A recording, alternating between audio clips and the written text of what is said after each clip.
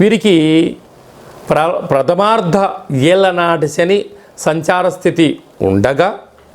వచ్చినటువంటి ధనత్రయోదశి పండగ, రాశిలోనే రాహు సంచార స్థితి, తృతీయంలో దేవగురు బృహస్పతి సంచార స్థితి, అర్ధాష్టమ కుజుడు, సప్తమ స్థానంలో కేతువు, అష్టమ స్థానంలో బుధాదిత్య రాజయోగం, రవి బుధుడు కలిసి సంచారం చేయడం, భాగ్యస్థానంలో శుక్రుడు సంచారం చేయడం, వ్యయంలో శని భగవానుడు ఉన్నప్పుడు లక్ష్మీదేవిని ఎలా పూజ చేసి ఆహ్వానం పలకాలి అన్నట్లయితే పూజా మందిరంలో పసుపు రంగు కలిగినటువంటి లేదంటే ఎర్రటి గుమ్మడికాయను సగభాగాన్ని కట్ చేసి కూష్మాండ దీపాన్ని పెట్టడం, సింహద్వారం బయట